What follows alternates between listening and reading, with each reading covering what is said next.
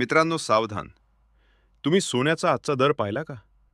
1,40,000. पण हे फक्त ट्रेलर आहे. खरा पिक्चर अजून बाकी आहे.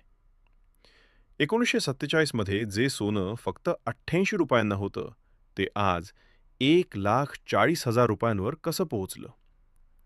का सोन्याचे भाव थांबायचं नाव घेत नाहीत? याची 3 मोठी कारणं आहेत. 1. रशिया-इस्रायलसारखी जागतिक युद्ध. 2. भारताची आरबीआय स्वतः टनवारी सोनं खरेदी करत आहे. 3. आणि अमेरिकन डॉलरची घसरण.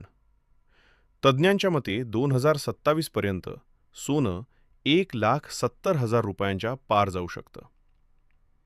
मग आता सोनं खरेदी करावं की नाही?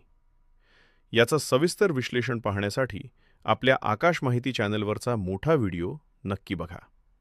माहिती आवडली असेल तर आत्ताच सबस्क्राईब करा.